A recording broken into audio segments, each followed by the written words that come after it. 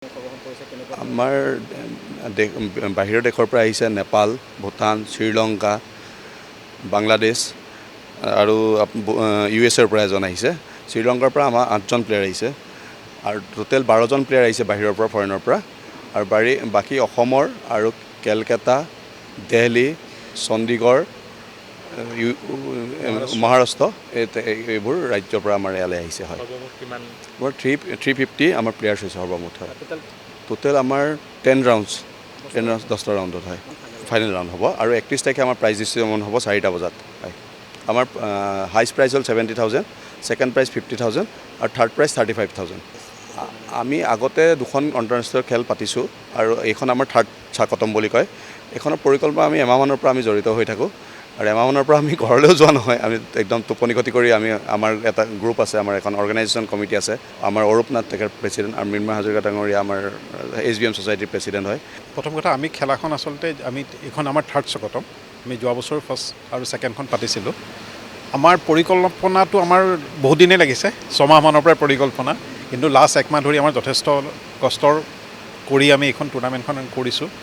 সকলোতকৈ ভাল লাগিছে যে আমাৰ প্ৰায় 350 প্লেয়াৰ্ছ বাহিৰৰ পৰা আহিছে খেলিবলৈ। ভাৰতৰ প্ৰতিখন ঠাইৰ পৰাই আহিছে।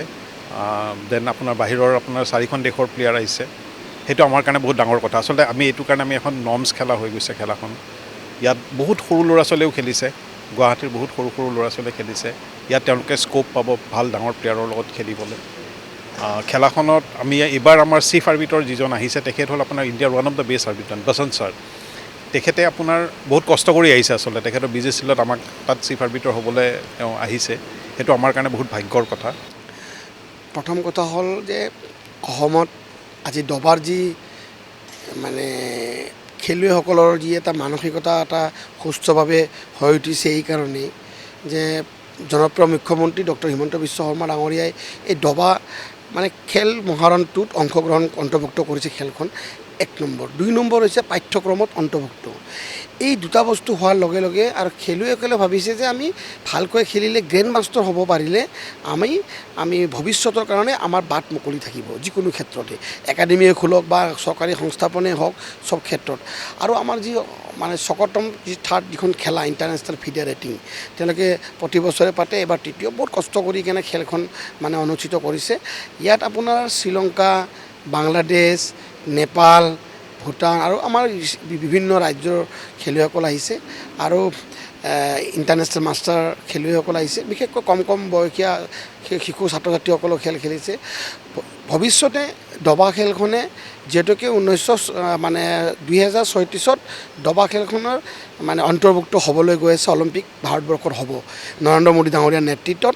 অলিম্পিকত যেতিয়া দবা খেল অন্তৰ্ভুক্ত হৈ যাব, তেতিয়া আপুনি দেখিব যে ভাৰতবৰ্ষৰ ভিতৰত যি আমাৰ ক্ৰিকেট হওক বা অন্য খেল আছে, মানে যি দ্ৰুতগতিত বিশ্বনাথ আনন্দে যেনেকৈ লৈ গৈছিলে, সেই নাম্বাৰ 1 স্থানত এই দবা খেলখন বিশ্বৰ ভিতৰত ভাৰতবৰ্ষৰ শ্ৰেষ্ঠ খেলুৱৈ নিৰ্মাণ হ'বলৈ এটা মানে মেচিন এটা তৈয়াৰ হ'ব বুলি মই বিশ্বাস ৰাখোঁ।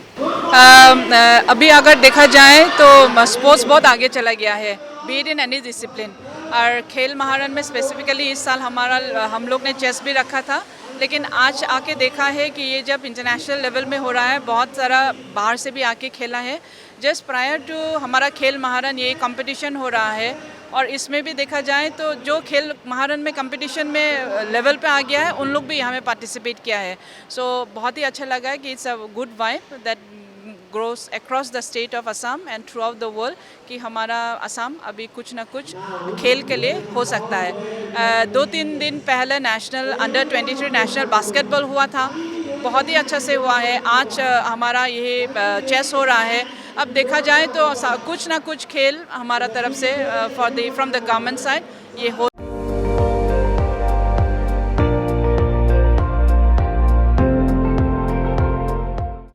আপুনি চাই আছে ND24, সৰ্বশ্ৰেষ্ঠ নহয় সৰ্বোত্তমৰ দৌৰ।